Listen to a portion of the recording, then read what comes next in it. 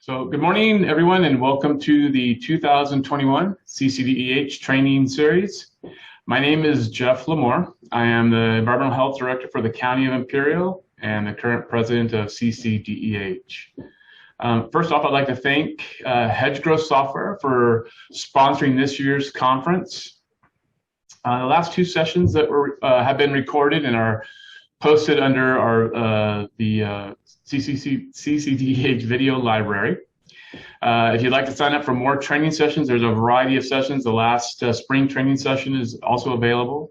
So please visit the video library for any training sessions. Obviously, you can get additional CEUs by registering for those. All members are invited to join us for the CCDEH annual meeting on Thursday, next Thursday, September 23rd. The Zoom invite has been emailed to all members, and the agenda has been posted on the website. So please take a look at that, and hope to see everybody next Thursday. Also, I'd like to remind everyone that we still are taking nominations for the Excellence in Environmental Health Award. The deadline to get your nomination is September 30th, which is 2 weeks from today. The Excellence in Environmental Health will be held on October 21st. In order to get your REHS certificates, you'll need to be registered for each session, and after the session is over, you must log on to your member account and complete the evaluation form for the specific sections you attended. So please make sure you do complete that. If you do it right after the session, you'll be more likely to get that done right away. So I encourage you to get that taken care of. We are asking for all session evaluations to be completed by November 5th, and certificates will be posted to your member account by November 24th. With that, I'd like to introduce Lars Seifert, Santa Barbara County Director of Environmental Health, and Charles Genkel, Ventura County Director of Environmental Health, and co-chairs of the Solid Waste and Resource Recovery Committee, who will be introducing today's presenters. And with that, I will turn it over to Lars. Thank you, Jeff. Good morning, everybody, and thank you for being here today. We have an exciting lineup for you, and the title of the presentations today, it's the California State of Biosolids, Markets, Emerging Science, and Resource Recycling. So with the implementation of SB 1383 regulations in California, they were established to increase organic waste diversion from landfills across the state and to mitigate climate change impacts. With that, there's an increased attention on how to modernize organic resource management in California while being equally protective of public health locally. Today, we're going to hear from several perspectives on current challenges, public health risks, and opportunities for biosolids management under this changing paradigm, as well as insight into current markets and uses for biosolids, emerging public health science, and the shifting regulatory framework at both the state and federal levels. We will hear what we know, what we do not know, and what we may still need to know as environmental health professionals in California to engage policymakers as biosolids are diverted from traditional landfill and land disposal methods in California, and opportunities that prevents for sanitation agencies and others in this field as well. So first, we want to welcome Mr. Greg Kester from the California Association of Sanitation Agencies. He's going to speak to the current state of biosolids management and some of the challenges as faced by wastewater utilities and sanitation agencies. So while we're pulling up Mr. Kester's slides, I'll give a little introduction. He's a subject matter expert on matters pertaining to renewable resources. He manages emerging issues at the local, state, and federal level, and within private sector on all biosolids, renewable energy, recycled water, climate change mitigation related issues. Greg has been with CASA, or California Association of Sanitation Agencies, since 2007. Prior to joining CASA, he served as the state biosolids coordinator for Wisconsin Department of Natural Resources, and also represented all states to the US EPA on all biosolids issues in that capacity. Holds a Bachelor of Science in Civil and Environmental Engineering from the University of Wisconsin, and is a registered professional engineer. So with that, Mr. Kester, welcome, and I'm going to turn it over to you. Thank you. Thank you very much, Lars. It is a pleasure to be here, and I welcome this opportunity. just to give an overview of how biosolids are managed in California today, in 2020, we produced roughly 658,000 dry metric tons in the state, of which 67% were land applied. So that is the predominant current use of biosolids on agricultural land. We had roughly 23% used as landfills, some of which almost half of that was used as either alternative daily or final cover, which historically has been considered a beneficial use in California. That is no longer the case, with the rest of it being just buried at the landfill. And then you can see we have several other options very minorly used, and I'll talk about those in more detail. Yeah, this is great.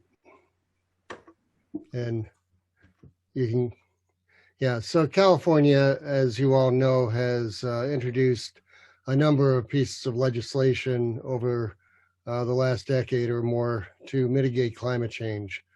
Some of these include, big ones are to reduce our greenhouse gas emissions, our carbon dioxide equivalents by 40% below 1990 levels, to be done by 2030. Producing our electricity from renewable energy sources, 50% by 2026, increasing to 100% by 2045. A reduction in the carbon intensity of transportation fuel by 20% by 2030. And then the big one that I'll talk about in more detail, to reduce short-lived climate pollutants through SB 1383.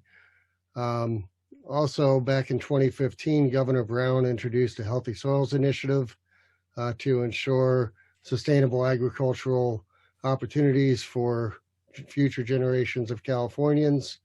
And we currently have a natural and working lands climate change implementation program.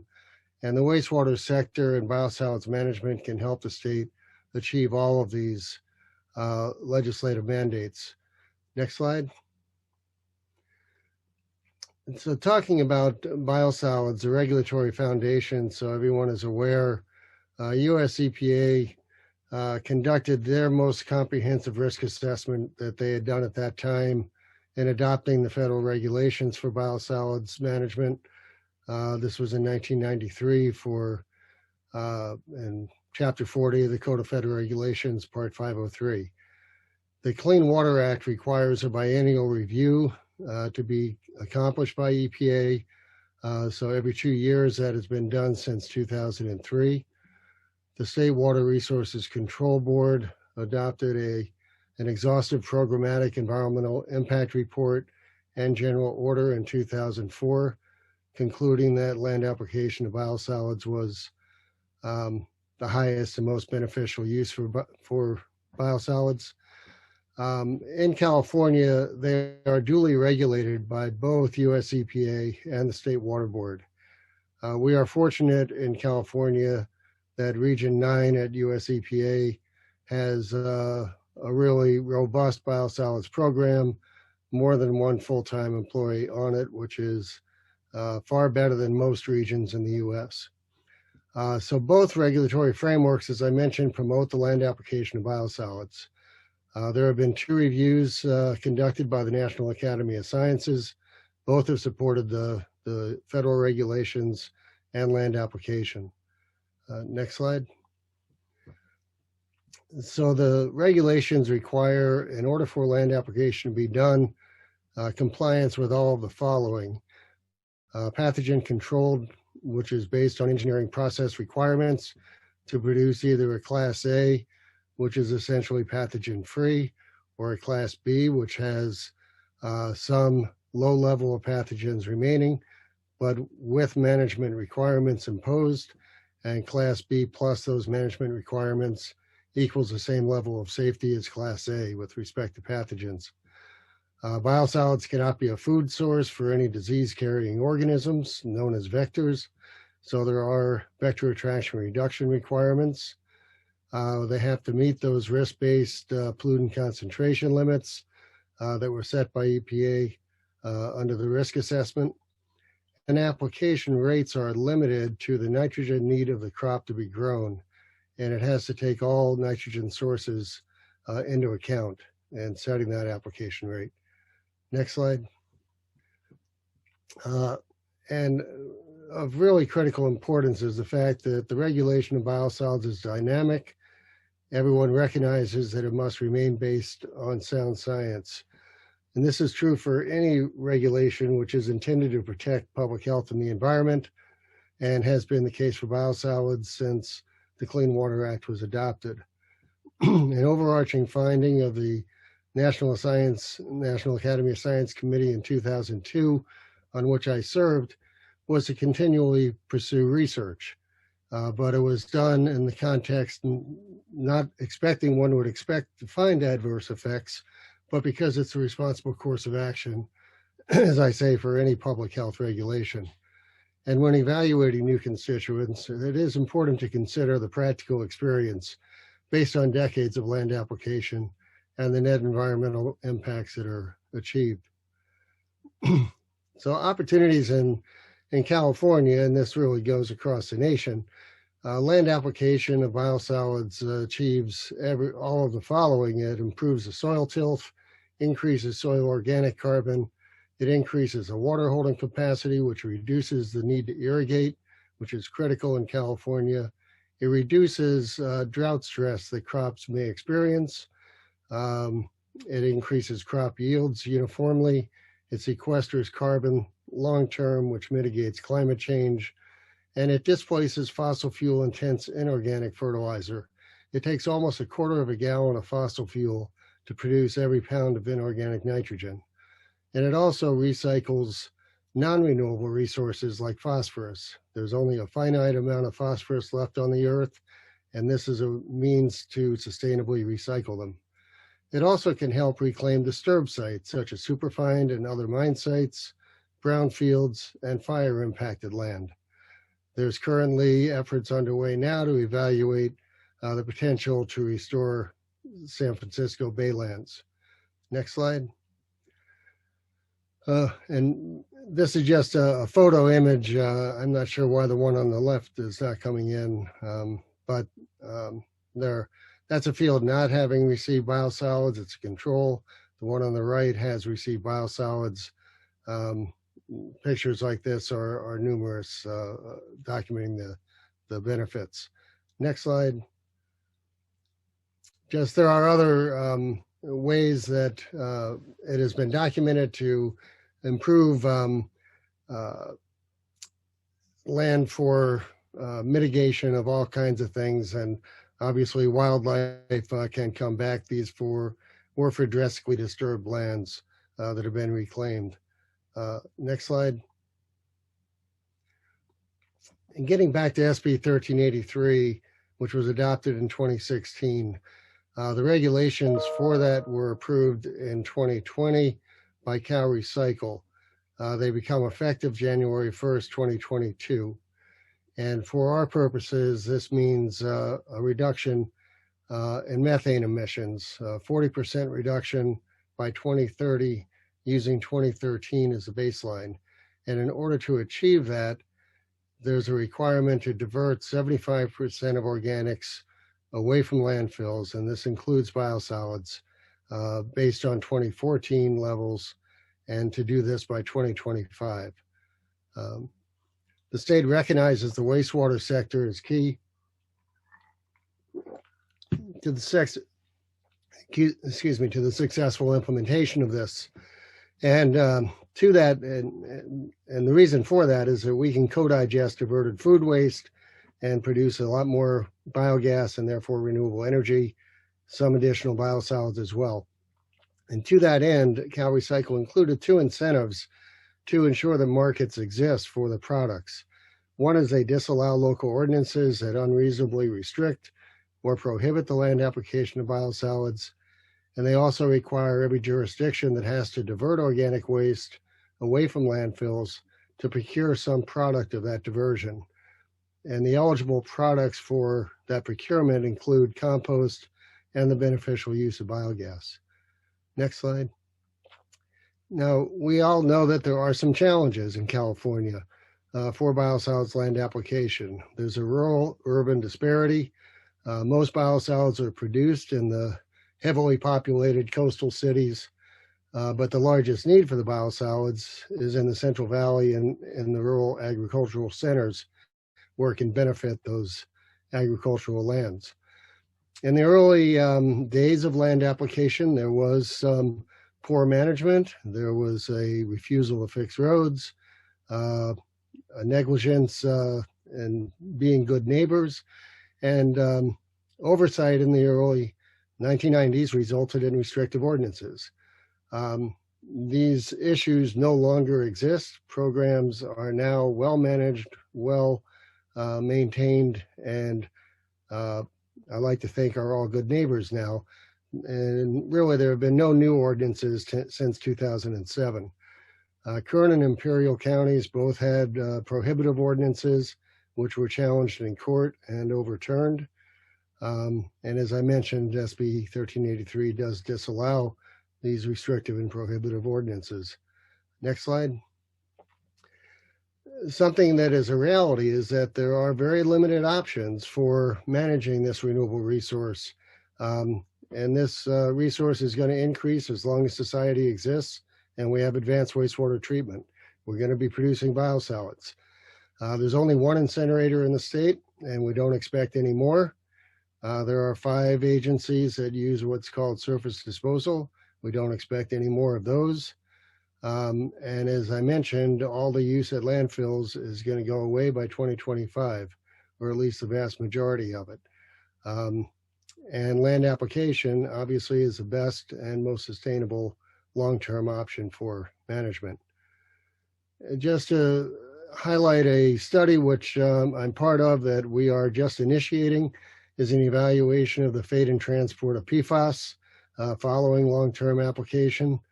And this will be a collaborative national study led by Dr. Ian Pepper at the University of Arizona with some co-principal investigators you see there. But it will also be utilizing research scientists from across the nation, as well as long-term application sites. We hope to have at least 30 sites. Next slide. And the objective of the project overall are to evaluate whether or not land application of biosolids is a significant public health route of exposure for perfluorinated compounds known as PFAS. We'll look at the incidence of PFAS analytes in soil following long-term application. We'll look at potential leaching or mobility of them through the soil and BADOS zone under either rainfall and or irrigation. And we'll also look at crop uptake. Next slide. So as you know, and as we will hear more about shortly, the Office of Inspector General at EPA released a report in November of 2018. And we felt that it was based on some rather sensational indictments of the EPA biosolids program. It implied that land application is unsafe until a full risk assessment could be conducted on 352 different constituents. So we began working as soon as the report came out with researchers at the University of Arizona, Ohio State, Purdue, and others to review and report on the report's conclusions. We submitted a formal response in July 2020 under the USDA multi-state research committee called W4170 as co-signatories. It is not on the EPA website, however, but I would be happy to share that with anyone. It is on the CASA website. And the conclusions of the report essentially were that extensive data and risk assessment for many of the chemicals in the report have very low concentrations and below levels of concern. And of real importance is that many were below natural soil levels, are either non-toxic and pose no risk, result in minimal exposure and risk, or will not persist in the environment. As I mentioned, PFAS are currently under study. Next slide. This one has a bunch of, if you can just keep clicking through. We also looked at antibiotics because they were raised as an issue in the report. And really, Antibiotic activity does not build up in soil despite natural production by soil microbes. And there is a natural production of antibiotics in soil that's occurred for billions of years, including anti-resistant bacteria, antibiotic resistant genes, and the influence on soil microbial numbers have also therefore been in existence for this amount of time. And overall, the conclusion was that they pose minimal risk to public health. Next slide. In conclusion, we are public agencies, and our mission is to serve the public good. We provide essential public services, and we follow all the existing regulations. We engage in research, and that research and our experience over decades has demonstrated the numerous benefits from using biosolids. Likewise, there have been no documented negative impacts to human health or the environment from the use of biosolids as a fertilizer, either in California or elsewhere in the US or the globe after decades. And really, our agencies are eager to work with this conference and all of you, and to answer any questions that you might have on research studies that are underway and on our experience. And with that, I thank you very much and look forward to the discussion. Thank you very much, Greg. Appreciate that perspective and presenting us a little bit of an overview to try to get us going as well. So it sounds like some interesting research already in place. We'll turn now to also Dr. Rolf Halden. He's the director of the Center for Environmental Health Engineering at the Biodesign Institute, professor in the Ira A. Fulton School for Sustainable Engineering and the Built Environment, and senior sustainability scientist in the Global Institute of Sustainability at Arizona State University. So Dr. Halden is a noted expert in determining where in the environment mass-produced chemicals wind up, their impact on health, and how to remove them from contaminated water resources, aquifers, and agricultural soils.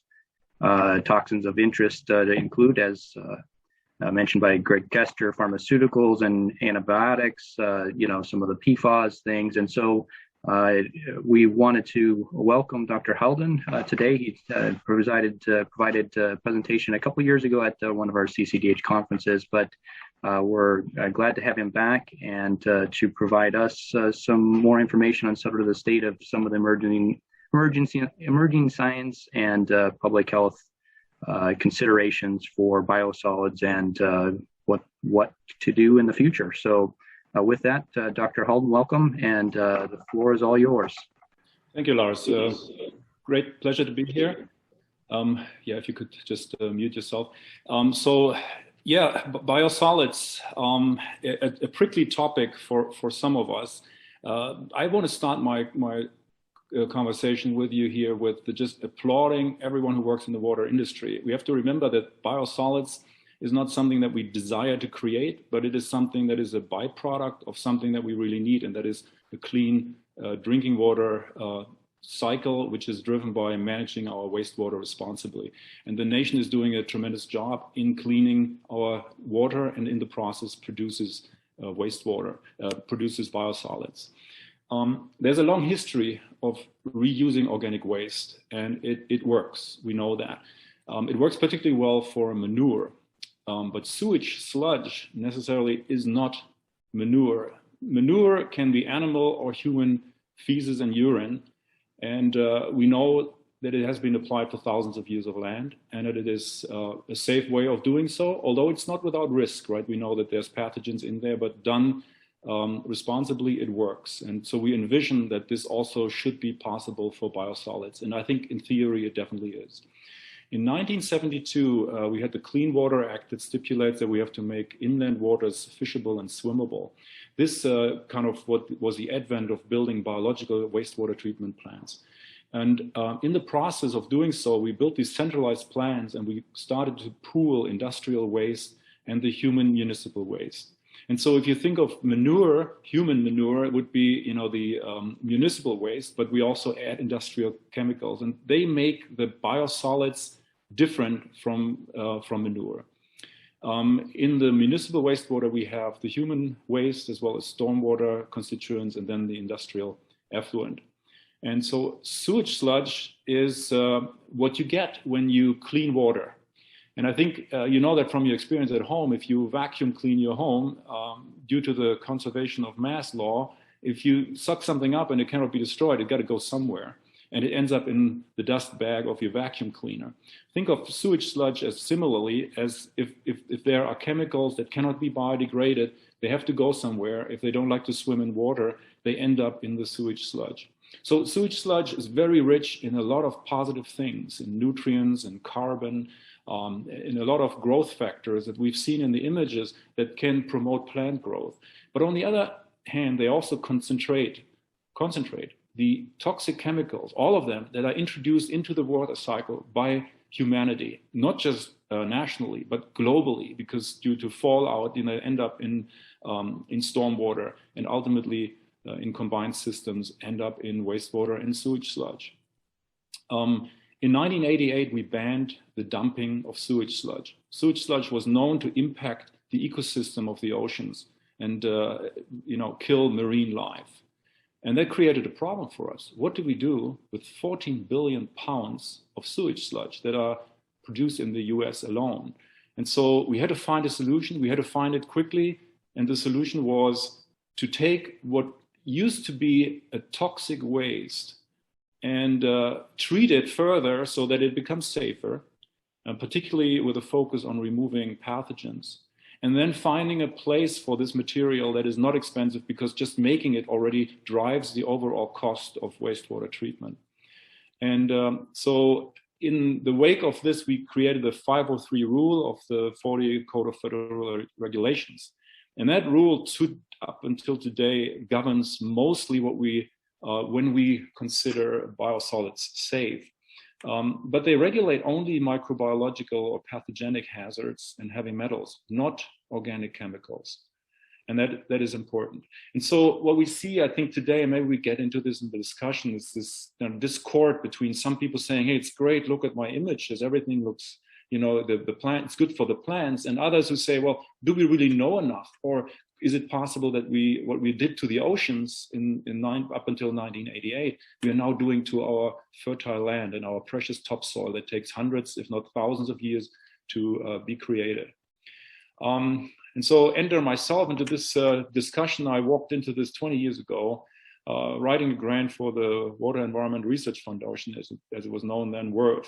And it was rejected, but I got interested in this topic. All the reading I'd done suggested that this is an interesting material. It tells us a lot about society. And so I've been doing research for over 20 years, although it is very rare that federal funds flow to laboratories like mine, unless it is proven that we are proponents of applying biosolids on land. And let's take a look of the ideal case. In a perfect society, we would be here on the left, and we would all make green chemicals that we then that become consumer products. We would interact with those, maybe ingest the foods, and then we create waste. That waste would reflect the constituents of the things we made, and ideally they would all be green and biologically degradable. So they go to the wastewater treatment plant, and then, if properly designed, they become degraded and turn into carbon dioxide, and all the nutrients can be recycled, and biosolids would be a healthy part of this equation. Unfortunately, to my knowledge, we are not there yet. We are producing tens of thousands of problematic chemicals. A lot of them are poorly regulated, understood, and even tracked in mass. They all enter into society, they enter into the water cycle, go to the biological wastewater treatment plant, which doesn't know what to do with them because they don't biodegrade by design, unfortunately, so they persist.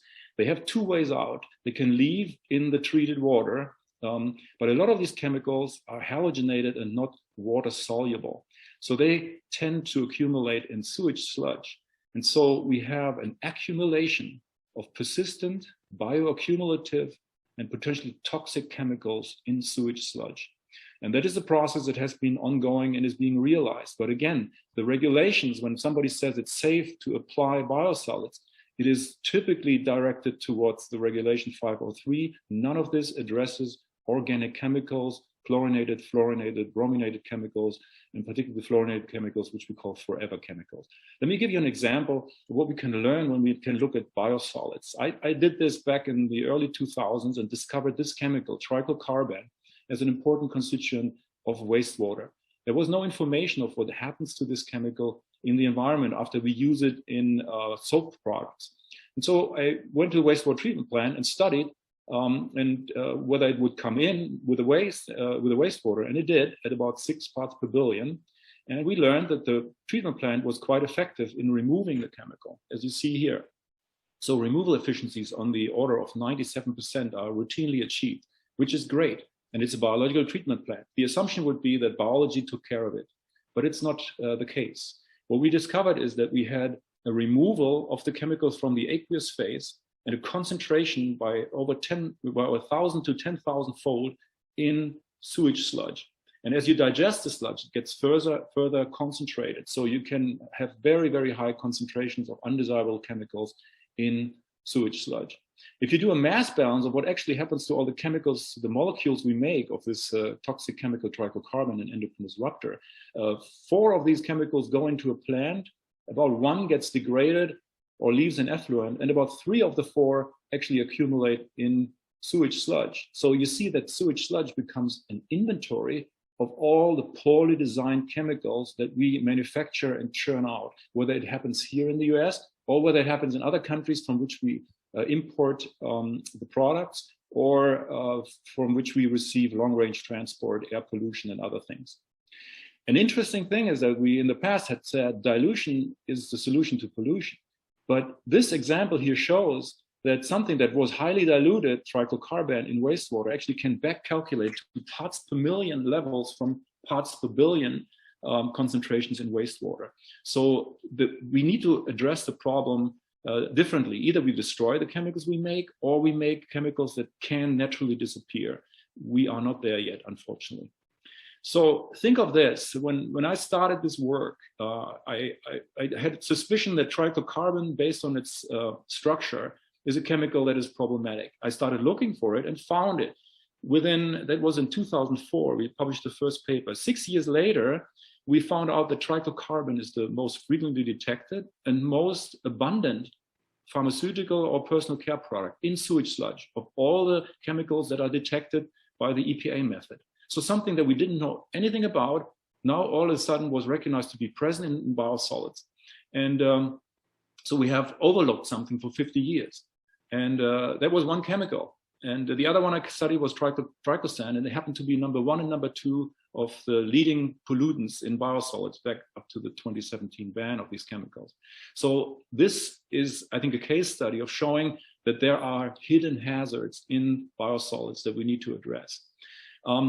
I think a lot of people look at our research and are frustrated because they treat the wastewater, which is really important, and they have to make sewage sludge in order to clean the water. And the sewage sludge becomes their liability, but they are not responsible for what goes into the wastewater that they treat. So in other words, they can't control what comes through the front door, but they have to deal with the impact. And sometimes our research creates more hurdles because we show that there are things in biosolids that are problematic. But there's also good outcomes, and let me share this with you. After we discovered trichlorcarbon, we then did a campaign with the Food and Drug Administration, the CDC, the EPA, and I went to Congress and did a briefing for congressional delegates. And the chemicals actually were banned in 2017, based a lot on the data we collected nationwide. That action alone, removal of these 2 and 15 other antimicrobials, reduced the load of pharmaceuticals and personal care products by over 50%. It might be as high as 60%, we're still measuring this. But we cut the pollutant mass in biosolids in half by simply removing some repeat offenders like triclosan and trichlorcarbon, risky antimicrobials that we really didn't need to use. There are, of course, many more chemicals present in wastewater. And indeed, if you are interested in finding pollutants, there is no better place than go to biosolids. Not because biosolids are inherently toxic, but because the biological process destroys everything else and leaves over what cannot be degraded, and that gets concentrated further and ultimately ends up in the biosolids. So it reflects our inputs, bad inputs into society.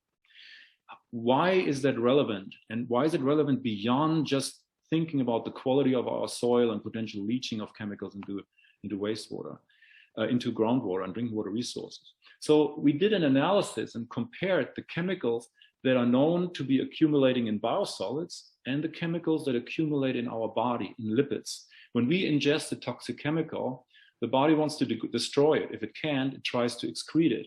But a lot of chemicals are not water soluble. They end up in our body fat, in our adipose tissue. So here we compare on the x-axis the concentration of bad stuff in us to the concentration of bad stuff in biosolids. What you see is a straight line here. It doesn't mean that anyone eats biosolids gets contaminated, but it means that there are bad chemicals in the environment. We introduce them, and they ultimately show up in the water cycle and ultimately in us. And so another thing that we learned from this curve is that we can actually use it to protect ourselves and our soils by analyzing biosolids, finding out what accumulates there, and use them as an early warning system. If we leave unmanaged chemicals like PFAS and other things that accumulate in biosolids, we will very soon see corresponding accumulation concentrations in our bodies. That's you and me. This is not theoretical. And we can further use the chemicals in biosolids to assess of which chemicals we make too much and which chemicals we need to redesign. This is shown in this plot here, where we mapped all the chemicals by their hydrophobicity or their loving for carbon rather than water. And so these chemicals don't like water, and a lot of the ones that really dislike water are all these red squares, and the red squares are halogenated chemicals.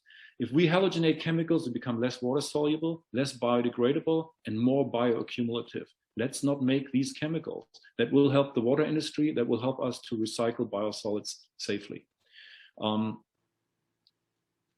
Let's take a look at comparing sewage sludge from different nations. Here we have sludge from the US and from China.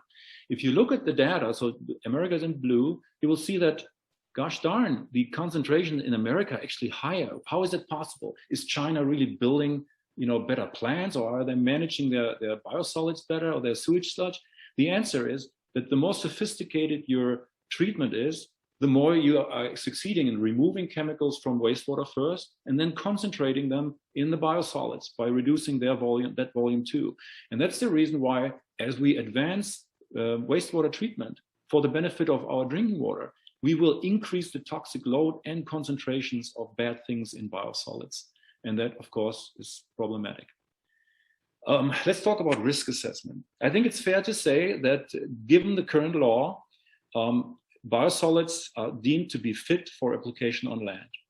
I think it's also fair to say that we don't have a lot of evidence that biosolids do harm. But why is that? Let's take a look at first where these regulations come from in the law. The law doesn't regulate organic chemicals. So you can't find a violation to something that you don't regulate. But we know there's tens of thousands of chemicals that are problematic. So, and another thing is that the risk science is lagging behind. So the regulation that we have don't appreciate a lot of the new developments. Some of them have been pointed out by Greg, and I appreciate that. So new ones that have come are endocrine disruption, neuro and developmental toxicity, immunotoxicity, as well as antimicrobial drug resistance, and so forth. So there are new mechanisms that were not considered in the original risk assessment, meaning that we have to go back and assess it again. And it's good to hear that we have a mechanism, but again, we're not regulating. And if you don't regulating the organic chemicals, we also don't measure them. So we don't have a robust monitoring program right now. So again, the issue is we want to create safe biosolids, but certain things stand in the way. The root cause is we are introducing too many pollutants into the water cycle, and it becomes impossible to clean one thing and then make the waste product of that safe, because the mass has to go somewhere, and it ends up in the sludge. I think we also have to rebuild trust. There has been, from the very beginning, since we were under pressure to get rid of 14 billion pounds of sludge every year, and we couldn't just dump them in the ocean anymore. There was a frenzy to get this done and get it done safely. And we ended up with a model of applying these materials on our most precious resource, our agricultural land where we grow our food, without fully doing all the research that we need to do by independent scientists. We don't have impartiality right now in the sciences here. If you look at the studies that are done on biosolids, they are funded for the most part by associations, trade associations for the wastewater industry. That is not good. If you want to find out how safe electric cars that are self-driving are, don't let Elon Musk foot the bill and have him sit on the scientific advisory committee. You kind of know what the outcome is because we all pursue, the various things that drive us and work in our interest. So we need to make it more neutral, the science that informs the risk assessment. We have to face reality. Yes, nature doesn't know waste, but unless we stop putting bad stuff into the environment, ultimately into us, we cannot safely, recycle all the outputs. They will be a waste until we clean them up. Nobody in his right mind would take nuclear waste and spread it on land, right? But we have taken to a concept where we concentrate a lot of problematic chemicals and now apply them on land in biosolids without really having a lot of knowledge. And we don't know what chemicals are out there. There's still tens of thousands of chemicals that we haven't really studied. And then we don't know what their effects are. And risk assessment only works if you have identified the hazard agent and if you know what the dose response is and what the effects are, so you can study them. But if you don't know that, it's incomplete. And I think that's what the Office of the General, so what the report that was published here lately has indicated, that we are just not there with the science. Emerging needs and recommendations are that we have to address the root cause, so remove the persistent bioaccumulative and toxic chemicals, remove them from the manufacturing process so that they cannot go into wastewater and cannot pollute biosolids. We have to acknowledge that mixing industrial waste and municipal waste is not good. It follows the principle of dilution is the solution to pollution, but now we know it doesn't really work like that for conservation of mass reasons. If something is really bad and doesn't go away, like metals and forever chemicals like PFAS, they have to go somewhere. And if they accumulate in biosolids, we create a huge liability. What we need is a nationwide registry where we find out where do we apply biosolids. I hear often that there's no case that biosolids really hurt people. But the truth is we don't really study that. And particularly scientists who have no kind of bias are not studying this. And we don't even know where the material is applied in a lot of states where paper records are being taken. So we need epidemiological studies to do so. And we have to bring back science and make science-based decisions. And if we don't have information, we need to be frank about that. If we do apply biosolids, I think it should be on low-grade land. And I think we heard in some examples of covers for landfills and so forth, where there might be very good places to use these materials right now. Overall, I recommend that we use the biosolids for something else. That's as an observatory for public health to create a safer future. I believe I'm out of time, and I'm open to questions, and I look forward to a discussion with you. Thank you. Thank you, Dr. Halden. That is informative, and I appreciate you being here to share that as well this morning. At this point in time, we're also going to then turn the last segment of our speakers today. We have Jill Trynosky and Tina Lovingood from the US EPA Office of Inspector General, and followed by John Bishop with the State Water Resources Control Board. He's the Chief Deputy Director at the State Water Board. So we're going to kind of turn. We looked at kind of state of markets and wastewater and biosolids management in California and the nation. Some of the latest and questions about science and where we're at with the science. And now we're going to turn a little bit into kind of the regulatory review of where we're at and some recommendations that have been provided by both the US EPA and then some studies that are being undertaken by the State Water Board as well. So we'll turn to kind of the regulatory side of things at this point in time. And hopefully then at the end, we'll have the ability to get some questions and answers. I know a few of you have some questions already posted in the chat. So if you want to continue to do that, that'd be great. So we'll try to get through those at the end. So with that, I'm going to turn to Jill Trynosky and Tina Lovingood Jill is, get my notes here so I don't mess up. She's a project manager with the Office of Special Review and Evaluation at the US EPA, Office of Inspector General. In almost 2 decades of service to the EPA OIG, she has completed numerous reports on topics of substantial impact and public interest, such as drinking water quality, toxic chemical safety, contaminated sites, the Energy Star Program, American Recovery and Reinvestment Act of 2009, the Deepwater Horizon oil spill, tribal environmental programs, the land application of biosolids, and EPA's communication of risk. As she indicated, this report in particular has received quite a bit of interest, more so than some of the other work that she's been with. She has a Bachelor of Science in Natural Resource Management and Environmental and Forest Biology from the State University of New York, College of Environmental Science and Forestry at Syracuse, and a Master of Environmental Management from Yale University. Joining her from the EPA as well is Tina Lovingood. She's the Director of the Pollution Control and Cleanup Office of Audit at the EPA Office of Inspector General. She's worked in various positions for over 33 years. She's certified public accountant, certified internal auditor, and certified environmental auditor.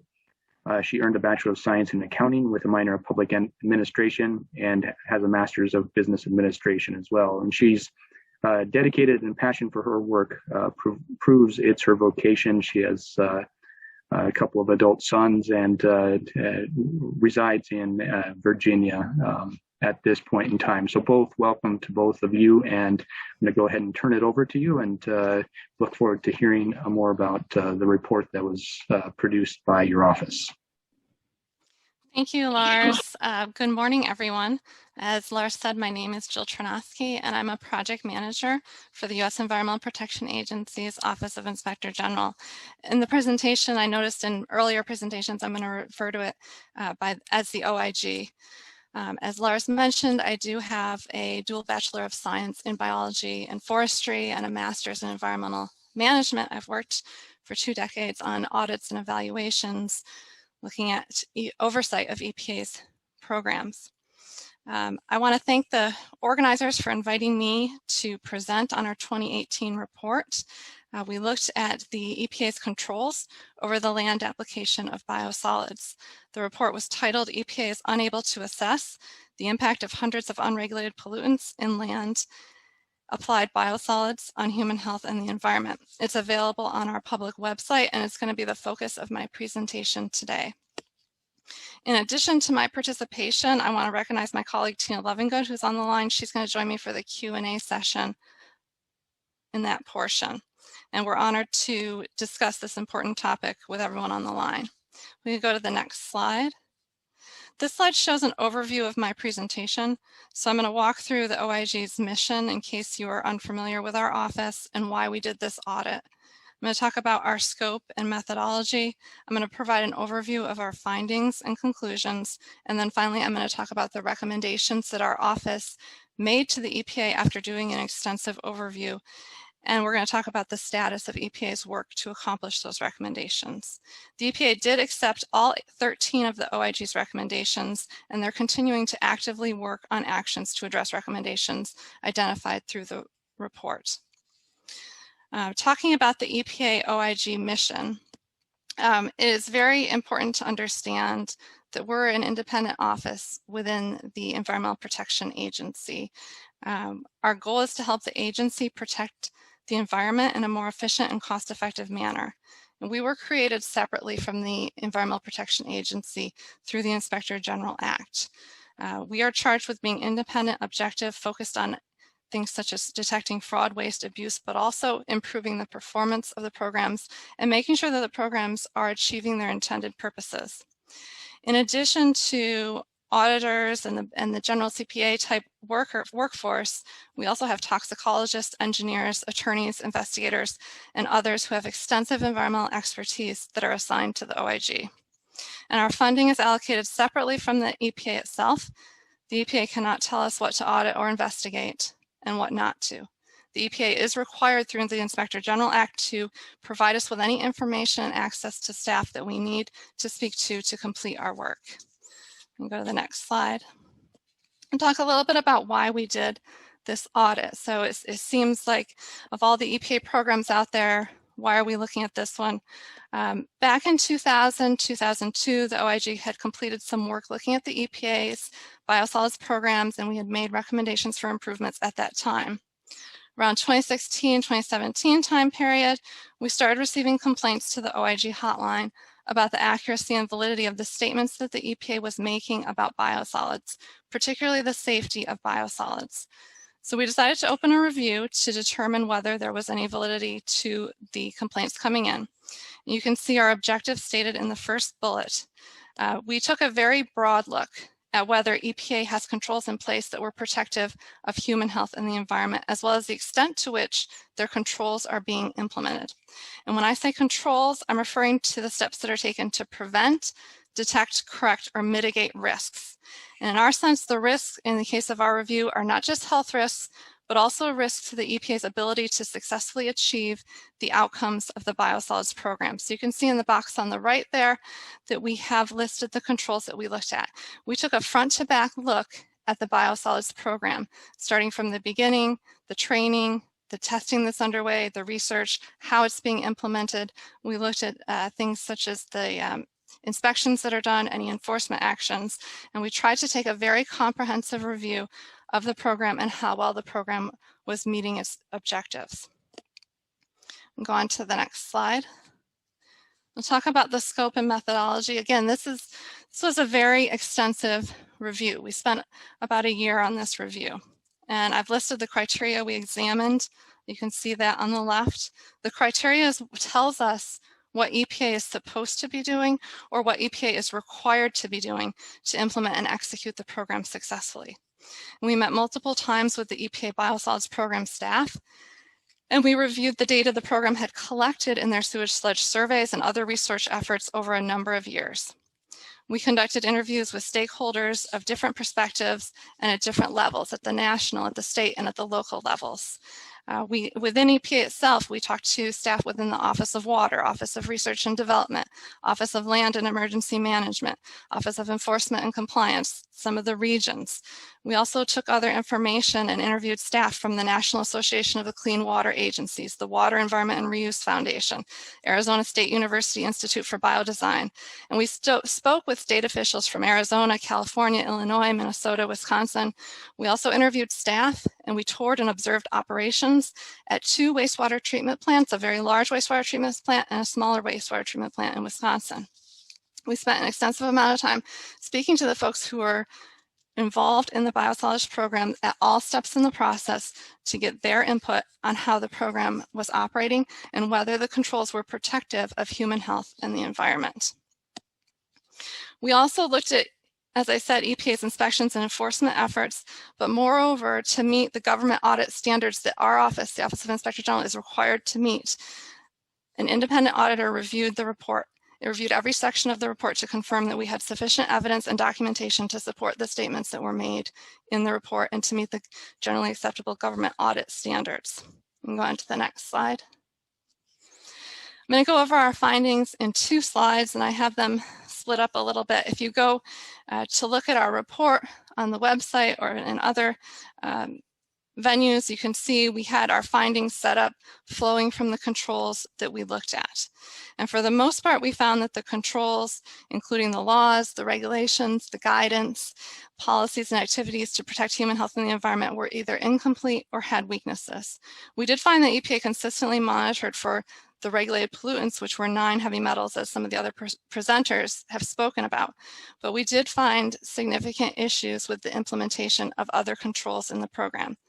We found, for example, until May 2018, EPA had not completed the required reviews for 2013 and 2015, so they were behind on the biennial reviews. The data and studies that they had did not fully examine the pollutants that were found in biosolids. Without the data, EPA cannot determine if additional recommendations are needed, and that is one of the charges of the program, is that they should be monitoring to determine if additional regulations are needed. And I want to note here also that all of our statements in the report about the status and completeness of the data came from the work that EPA had done and talking with EPA staff. The 2015 biennial review EPA put out stated that the existing data were not sufficient at the time to evaluate risk using biosolids monitoring tools.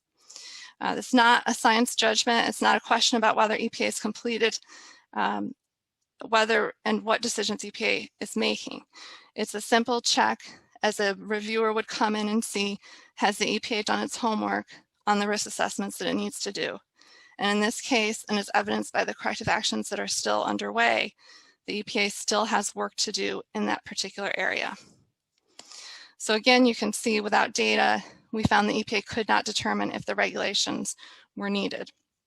The need for additional research on pollutants and biosolids has been raised by other stakeholders as well, the National Academy of Science being one of them, and some of that work and some of the statements from those works go back to 2002, which is nearing its 20-year anniversary mark. We also, as I mentioned, talking to some of the implementers on the ground, we learned about some of the regulations that were unclear. For example, at the time of our report, alternatives 3 and 4 under the pathogen reduction methods were not written clearly. And EPA's guidance documents for fecal coliform sampling, for example, were contradictory. One asked for an average, another one stated that every sample analyzed must meet the requirements. So there were differences there that were impacting how the practitioners were able to implement the controls over the program that would protect public health and the environment. We can go to the next slide. I have some of the additional examples. As I mentioned, we did a very comprehensive look. So we had a lot of findings related to the various aspects of the program from beginning to the end that we looked at. We looked at the information that the public gets about biosolids and the information that EPA is required to provide, as well as the information that those who are preparing biosolids are required to provide. We found that the labels required elements such as the name and the address of the preparer, the manner in which the biosolids should be applied, and loading rates, but the labels are not required to disclose that there are any additional pollutants or potential risks to users. We also looked at EPA's website public documents, and we found that they didn't explain, at the time of our report, they did not explain the full spectrum of pollutants in biosolids, and they didn't explain the uncertainty and the lack of risk assessments that had been completed regarding the safety. EPA's public safety statement at the time, which has since been removed from the website, it did not disclose the data and risk assessment limitations that it had. In July 2018, the EPA did update its statements to acknowledge that no documented evidence exists that biosolids rule has failed to protect the public. However, additional work is needed to reduce the uncertainty. You can see on this slide, we also had a few additional findings related to the frequency of training and the content of the annual reports. The regular training had not been conducted, and the training is important so that those who are implementing the biosolids rule understand the requirements. In addition, the annual reports did not include some of the locations of the land application sites that would be helpful to determine if there were impacts from that application. We can go to the next slide. In conclusion, I'm going to get into the recommendations after. We typically in our reports will wrap up the conclusions first, and then we'll walk into the recommendations for improvements for EPA. So in conclusions, in many ways, our 2018 report speaks for itself. And there are a lot of environmental and health considerations if biosolids are not properly handled or contain harmful pollutants. EPA has not completed its risk assessment homework. That's really the bottom line. The pollutants are found in biosolids, but the program did not disclose that fully to its audience, including consumers. And the program goals are at risk when the controls are weak or incomplete.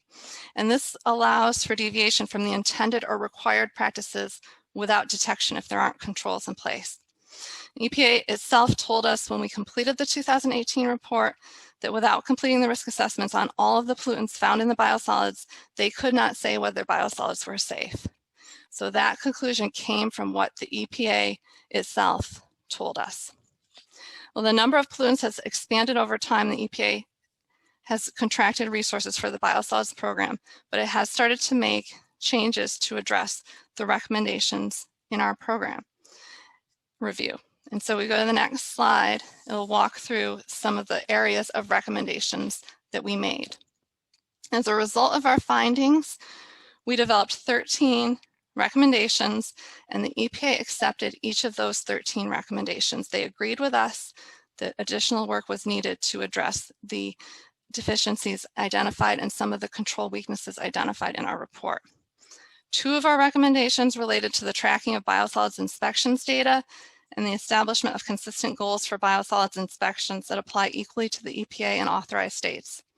The other 11 recommendations applied to the risk assessment and the screening tools, the acquisition of additional data needed to finalize the safety determinations, strengthening the timeliness and consistency of EPA's guidance, improving transparency by modifying safety descriptions on its website, determining whether labels needed to include additional information, and to conduct more regular trainings, and to make trainings available in a repository on the EPA's website.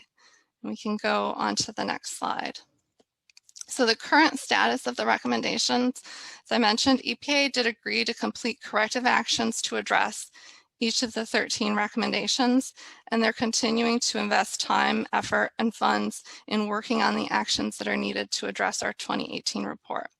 You can see the remaining 2 actions EPA still needs to complete relate to recommendation 3 and 4 in our report. And you can see the EPA developed actions to address the recommendations in the third column. You can see what EPA has agreed to do. And in the 4th column, that I think is partially covered by the speaker panel, they estimated the completion date.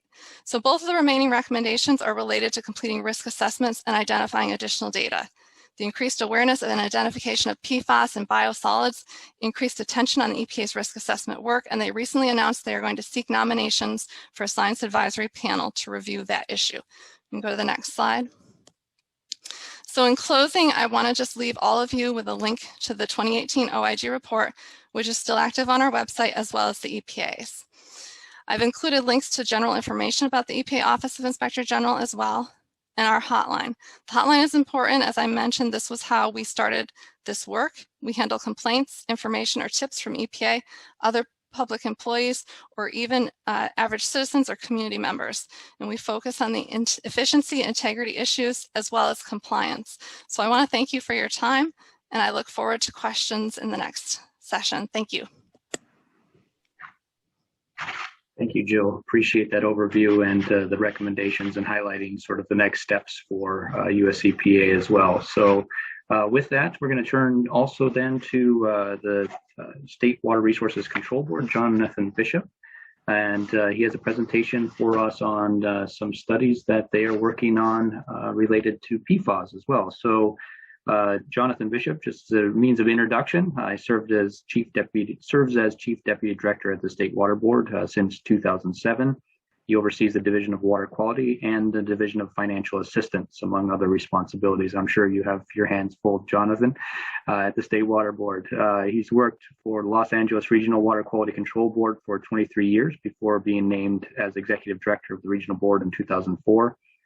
Some of the highlights of his tenure with the Los Angeles Regional Board include the development of a new program to investigate sources of groundwater contamination impacting drinking water wells, development of a comprehensive water quality data management system, and adoption of the first urban trash TMDL in the nation. So that's exciting stuff there. So Jonathan received a Bachelor of Science degree in Environmental Engineering with emphasis in water quality from Humboldt State University, and he is here from the State Water Resources Control Board. So welcome, Jonathan. Thank you, Lars. It's really great to be here. It's really not to be in the final position because many of my slides have been covered much more thoroughly by the speakers before. If we could have my slides up, that would be great. And we will go through them pretty quickly. You can go to the next slide. I just want to spend a minute to talk about the regulatory framework that you heard about. We have under the US EPA, the development of their regulations for biosolids, and we just heard a critique of those regulations. But in the way it works, for those of you that are not really familiar, EPA sets national standards and requirements, and delegated states like California that are delegated to implement it, then use those either as they are or add to them. in the state of California, State Water Board has not only implementing the federal requirements under CFR 40 Part 503, but adopted in 2004 a general order for the application of biosolids. So there's 2 levels of regulation. We can go to the next slide quickly. I'm not going to go over the standards. We just talked about that over the last few speakers about pathogens and metals and vector reduction. Go to the next slide.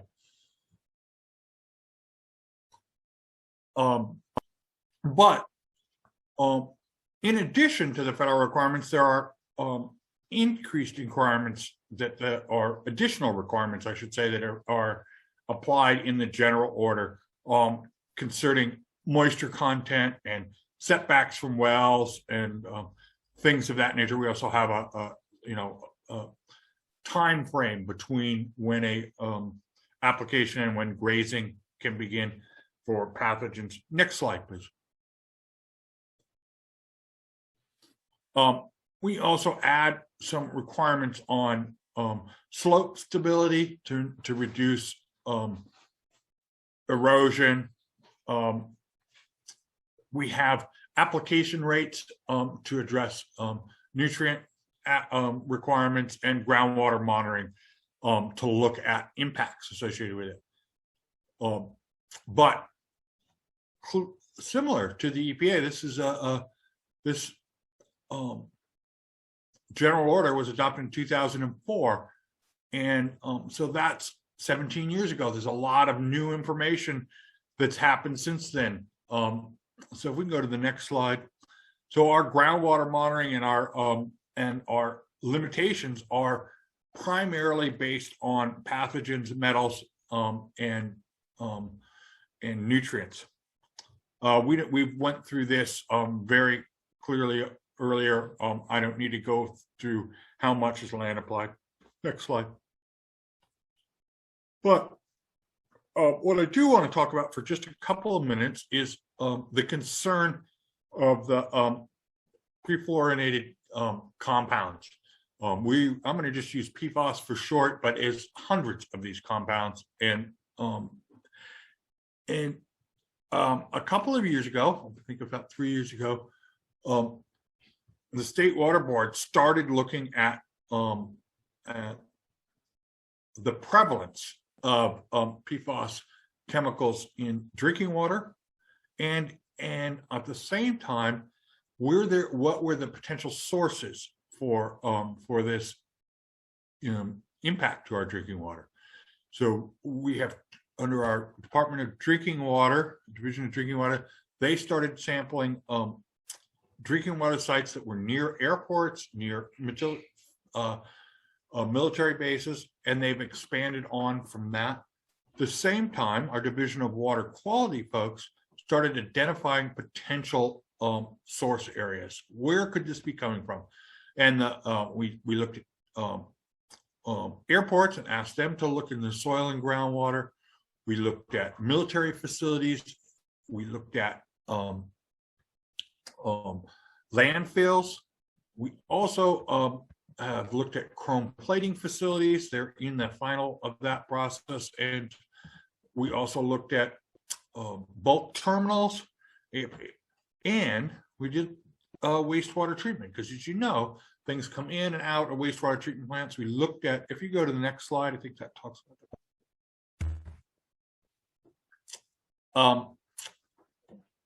For wastewater treatment, we looked at the influent, the effluent, and the biosolids.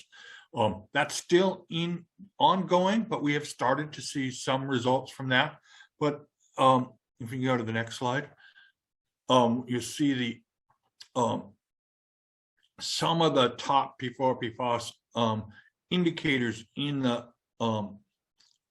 drinking water, notification levels, groundwater, and then in screening levels. In the orange here are from EPA screening levels for these compounds. And what we found in the biosolids to date. I would say that this is ongoing, but there are some, we see a much lower concentration in the biosolids than the screening levels for the most part. But as people learn more, we're learning more about PFOA, PFOS. The levels have for notification for drinking water have continued to go down.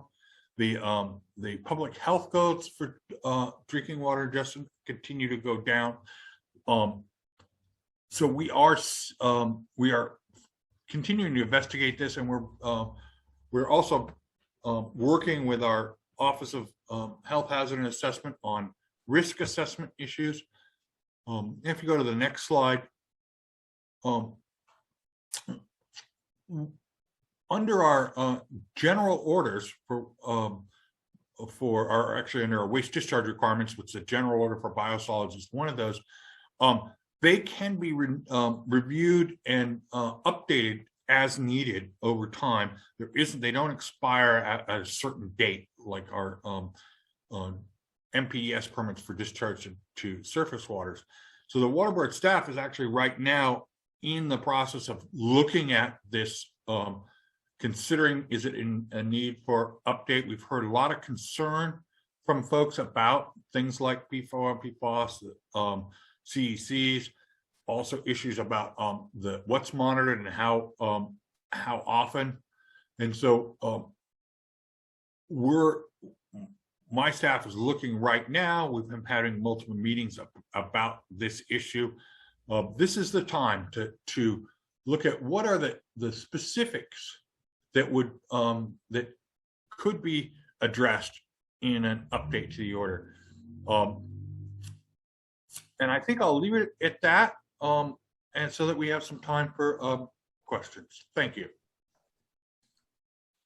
Thank you, Jonathan. I appreciate that. And it sounds like it's a timely discussion given the work that you're doing at the State Water Board as well. So with that, I'm glad that we have some time left here today, because I know that there's a few questions that have been asked. And I know that there's a number of individuals that are particularly interested in hearing a little more from the various perspectives and details that were shared as well. So with that, I'm going to turn it over to Justin Milan, the Executive Director at CCDEH, and to help facilitate the question and answer portion of our session this morning. So thank you all to the speakers.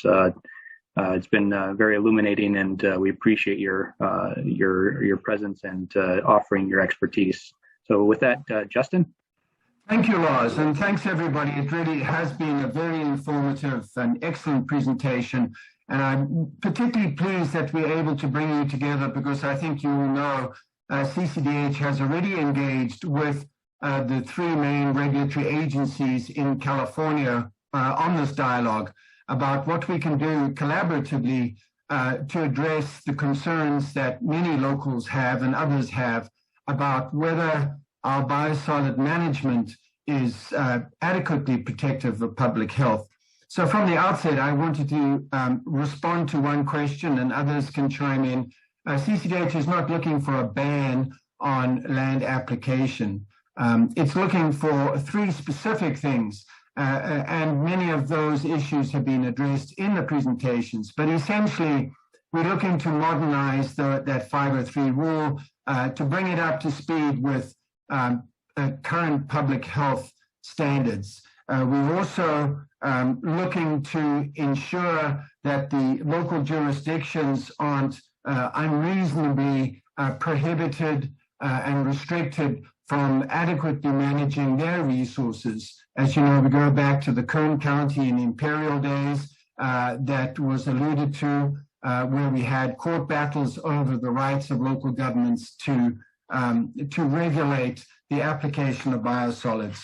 And then also part of the second question is, how do these things work cumulatively? And if you've heard, particularly from EPA and from Rolf, that we can't regulate what we don't know. And I think that's the fundamental question. It's not as much concern about the adequacy of regulation, what we know about, pathogen reduction, etc. But it's the thousands of chemicals or constituents of emerging concern that are in commerce, some of which are fairly new. And I think there's over 600 that the EPA recognized that are not being monitored. I think fundamentally it's what Rolf had said, is that this isn't just waste. This isn't just manure, human waste. This material, this sludge is laced with commercial and industrial effluents as well. So that's fundamentally where CCDEH is coming from. The first question was, why is CCDEH calling for a ban? I just said that they're not calling for a ban. They're calling for a collaborative approach to address the concerns that we have. And I think by and large we accept that land application is here to stay. It seems to be one of the most viable and cost and obvious ways of continuing, but we want to be assured that it's done safely. The next question is, what can we do cumulatively with these and collaboratively with these regulatory agencies? We have established, as I said, that we do have regulatory authority at the local level. And how can we support funding? Can we support efforts from EPA and the other regulatory agencies like the Water Board to look at alternative technologies? So those are the two sort of core issues that we have, that we face right now. Liz Posabon, who's been championing this for CCDEH, has pitched another question about when EPA could complete their risk assessment. And I think a part of that is what are they going to be doing risk assessment on? As we heard from Jill, it's not just those chemicals of emerging concern like PFAS that we've already identified, but there are others. So they're looking at updating the 1993 standards. So one question would be for EPA, what's your timeline on there? And also a broader question from CCDEH is, what can we do to collaborate with you? Can we work on epidemiological studies, etc.? So I wanted to throw that out to EPA. What's going to be done? How are they going to respond to your report? And how can we work collaboratively to help you address the concerns that have been raised? Thank you for that question. I do want to, I think in my presentation it was clear, but I also want to just clarify during this question session that we're not part of implementing the program. We are overseeing EPA's implementation of the program, and we track the efforts that EPA makes to improve their program. And so the two remaining recommendations, they're working to complete the screening tool and a probabilistic risk assessment framework for biosolids land application scenarios. And that they have anticipated they would be done with that by the end of this year, December 31st, 2021.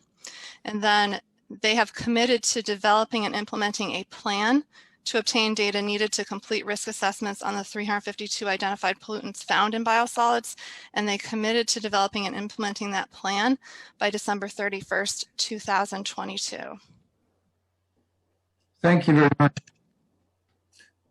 Other questions on that? We've got Greg, we've got Rolf, and in some ways, I wouldn't say it's conflicting opinions, but you've got some sense from industry and some protagonists or supporters of the current program that this is safe. We've been looking at it, it's safe. And we've got Rolf and others saying, well, we aren't looking at everything, so we can't say it's safe. It's a gross generalization of what I'm hearing. And I think one of the other things is the concern, as Rolf mentioned, that some of these constituents of concern are persistent. So, this is Tina Lovingood with the US EPA Office of Inspector General. I think the one thing I would say is that we did not make any determinations that it was unsafe, nor could EPA necessarily, but it can't say that it's safe either.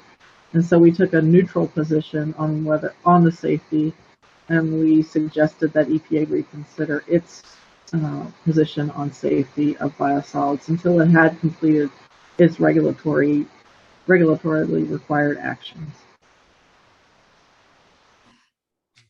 Okay. Well, whether EPA makes a determination or not, you've got differing views. And I wanted to ask Greg, your presentation looked somewhat positive, optimistic, somewhat rosy that we're on a good track.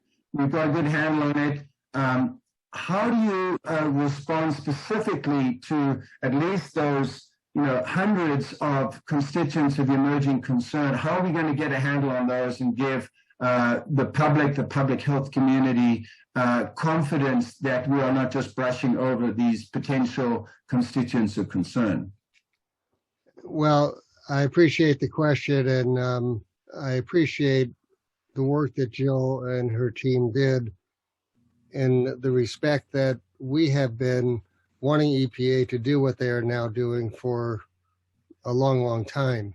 So I think it's great that they are doing the work they are doing now to formalize and modernize the risk screening tools as well as the probabilistic risk assessment tools. Back when I was a regulator, we had wanted them to do that. And they had devalued, I guess, the program, mainly because they said that even without regulation, it was an extremely low-risk program. So they, in the face of having to decide budgetary decisions, did not give it to the biosolids program. So it's good that they now are doing that. We support that. And as I said, the regulations have to be dynamic. And so that part of it is very good. I guess a couple things that were not recognized is it is not just industry discharging into the wastewater plants and discharging hazardous chemicals willy-nilly. There is a very effective pretreatment program that was instituted for the wastewater sector, and so we can regulate the industrial discharges that come to us. The other thing is we've long recognized that there are some 80,000 chemical compounds in commerce today. We are not monitoring for every one of those, nor can we. But the wastewater treatment plant is designed, engineered to remove those pollutants from the water. We know necessarily they are going to wind up in the biosolids, but the biosolids have also shown time and again to be extremely absorptive of those chemicals and not make them ultimately available. But this work has to continue, and we always have to look at it, and we recognize that.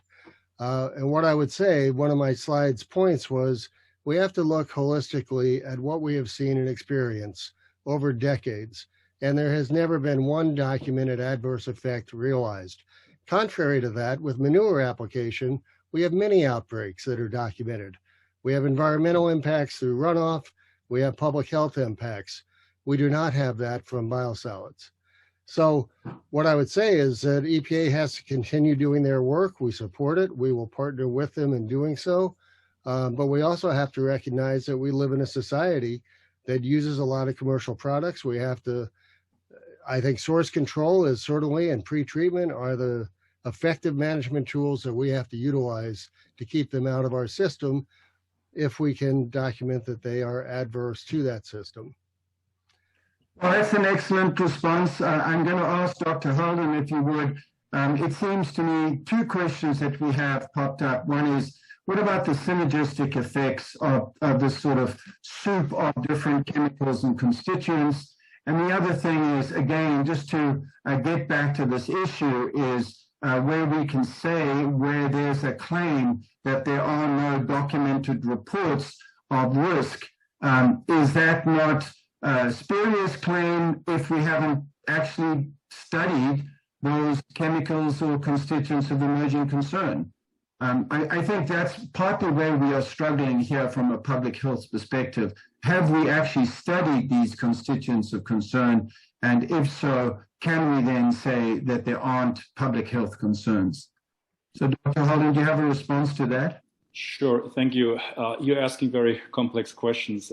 Risk assessment by itself already is very problematic because we need a lot of information and oftentimes we don't have it. That's the finding of the Office of the Inspector General.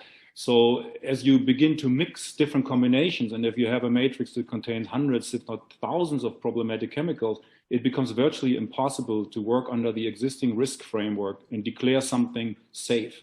You cannot eliminate the possibility that two things act together in a different way. And we never tallied up, for example, for the outcomes, all the different factors that work toward one potential adverse outcome. So it is a very difficult issue to address. With respect to documentation of adverse effects, I mean, let's look at, we have 14 billion pounds of sludge every year. In the EPA, for the longest time, we had only one person and a half a staff member to support tracking this mass. We don't have a registry to find out where the material are applied so that we can have neutral scientists take a look at what happens. Nobody is monitoring the hundreds of thousands of different chemicals, and the industry doesn't reveal what they're producing. So for us, it takes us 10, 15 years to figure out what it actually is that they put into the products we eat and get in contact with, and that ultimately, you know, there are chemicals ending up in the wastewater. So it is a steep order. And I'm wondering whether we asked the wrong question, because it is clear that wastewater is important. It is clear that if we had a functioning system of safety, we wouldn't make bad chemicals that then would compromise the quality of biosolids. So what do we need to do? Why do we accept the problem of the persistent chemicals being in the water cycle? Why don't we hand the problem back to those who create it? How can it be that we have 5,000 and you know, PFAS chemicals, and we make, you know, 7 new chemicals every day in the US that get released, and we are not, you know, and we are not putting those people who make the chemicals, we make them responsible to convince us that this is a good idea. We just accepted the problem, and I don't envy Greg or anyone else who is responsible of working with this, because it is a gigantic challenge. We don't have the resources, neither in the EPA nor in the research funds, to figure out what's going on, and our risk framework will fail us. It is not applicable for mixtures as it is right now. It is overwhelmed by the introduction of so many chemicals. So we are facing real challenges, and I would love to see more recycling of organic wastes, but this is not an organic waste in the sense, if it was manure, we could deal with it, but it is not. It is, there are other factors in there, and we, for the most part, put in unknowns that we cannot handle with our risk framework. I think that it's an excellent response, Dr. Kester. Let me give you an opportunity, and I wanted to comment on green chemistry and, you know, one focus that we really need to do that, Dr. Halden. But Greg, can you respond to that briefly? And then I want to get on to John Bishop. We can't let him go without a couple of difficult questions. Yes, no, I appreciate that. And I guess, you know, one of the anecdotes that I like to tell is when you look at a great example is Green Acres Farm in Kern County, which is owned by the city of Los Angeles. They have been applying biosolids there for some 25 years. When they started, it was called Poverty Farm. It had a pH of about 10.5. It was a moonscape. It was not capable of any agricultural production. Now, 25 years later, it's a black fertile soil, pH of 7.8, produces 2 crops a year, some of which come back to the city of LA to feed their zoo animals.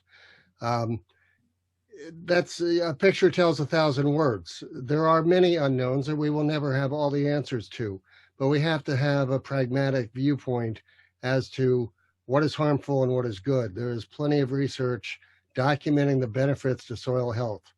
And that is what is critical for the agricultural sustainability. You know, so I guess that I would leave it at that for now. So just quickly, as I mentioned right in the beginning, CCDEH has already engaged with CDFA, Water Board, CalRecycle on this issue. Greg, you know about that. One of the things I do want to note, though, is that the Department of Food and Ag does not recognize biosolids as a fertilizer. So it certainly may have soil amendment properties and values, but it's not recognized as an organic input material because of that. So there's some crops, it's not recognized in the National Organic Program. So we want to keep that perspective in mind as well. There must be a reason for that. Just to get back to John Bishop, John, with the focus on PFAS, as we said, that's one family, a complex and a large family of chemicals but there are hundreds and hundreds of others out there. Does the Water Board have any idea of the next step after PFAS? I mean, that is a massive effort by not only the Water Board, by other agencies in California. Have you identified other constituents of emerging concern or other issues that would tie into this discussion where the Water Board's already either identified or started working on some of the things that have an impact on biosolids? So I think, as you heard from Rolf, we make lots of chemicals. They appear every day. We have hundreds of thousands of chemicals that are out in the registered in commerce. So we aren't really looking to do a chemical by chemical. We're going to look at this one next. What we are doing is we have a framework for chemicals of emerging concern. We have a group of independent academia that have been looking at how do you set that up. And so we actually have a process in place for the state, which evaluates both the prevalence and the toxicity of chemicals that are in our waters. And by reference, many of them will end up in biosolids, but that's not really the where this started. Started with recycled water and the need for deciding if it's going to be safe for folks to go to indirect and direct portable reuse. But we have a whole framework. They met twice now. They look at those issues. One of their biggest recommendations most recently is non-targeted analysis. Part of this is, instead of looking at chemical by chemical, start looking at these more screening approaches.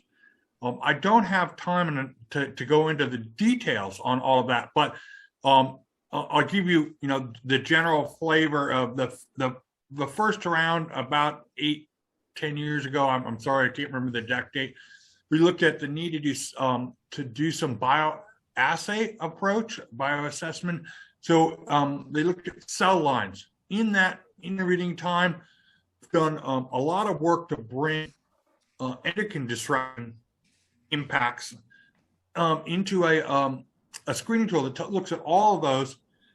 And from a research end, now it's in a production. A wastewater treatment plant or a water plant can take that material. It's been and run it pretty straightforward. You don't need to have a research lab doing it. We're also looking at non-targeted chemical analysis. In addition to that, I would like to say that I want to reiterate before I have to. I'm expecting any second now to get a call from one of my board members that I'm going to have to take.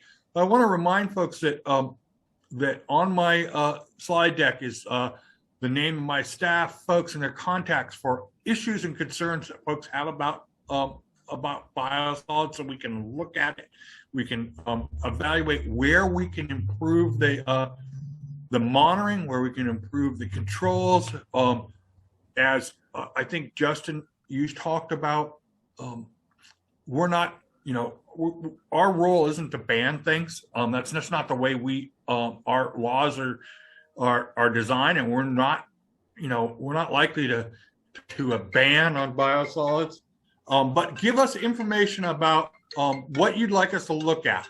And I am going to jump off now. I apologize, but I have this 10 o'clock call. All right. Well, I'm going to try and wrap up. And I want to thank everybody. And Greg, in particular, Greg and Rolf, we're not intending to antagonize. We're trying to draw out some information from you, perspectives. We're very collaborative as an organization, and I think I have one thing that we can all agree upon. Even if we haven't agreed upon all the data and what should be done, we can, from a public health perspective, I think we can agree that prevention is better than cure. And we need to look at more benign by design chemicals in our commerce. And here's a plug for green chemistry. For years and years and years, we've been working on green chemistry. And one of the things that we said often in supporting California's green chemistry initiative was all these risk assessments that we do, we can spend our lives dancing on the head of a pin. We can have Greg and Rolf at each other for 20 years, not coming up with an agreement of how significant that risk is, because it's a numbers game. But we know inherently they have some characteristics that shouldn't be in our bodies, shouldn't be in our food, shouldn't be in our kids. And that's where the green chemistry comes in. I think we can all work together to source reduce, because the biosolids appears to be symptomatic of the whole society. It's with sludge bioaccumulates, but this is everywhere else. This is in the rest of our society, and we need to keep these chemicals of concern out. So I'm going to pass this over to Lars. It's just my pitch, is that one of the things we can do is to ramp up our efforts to keep these persistent toxins out of commerce, not just out of our toilets. So Lars, to you, and thanks everybody for participating. Thank you, Justin, and thank you everybody for being here. I'm going to pass it to Jeff. Any last parting words on what attendees need to do for CEU credits or anything like that? All right, thank you, Lars, and thank you. Great discussion. Thank you, panel members. Fantastic presentation from all. With that, we are concluding for today. Again, for those who have not completed their please make sure you complete your evaluations. So go back to the member website and complete evaluations. And then just remember, next week is our annual meeting on the 23rd. So please plan on attending that. Look forward to seeing everybody there. Great discussion. Thank you all very much. Thanks, everyone. Thank you. Thank you. Have a good day.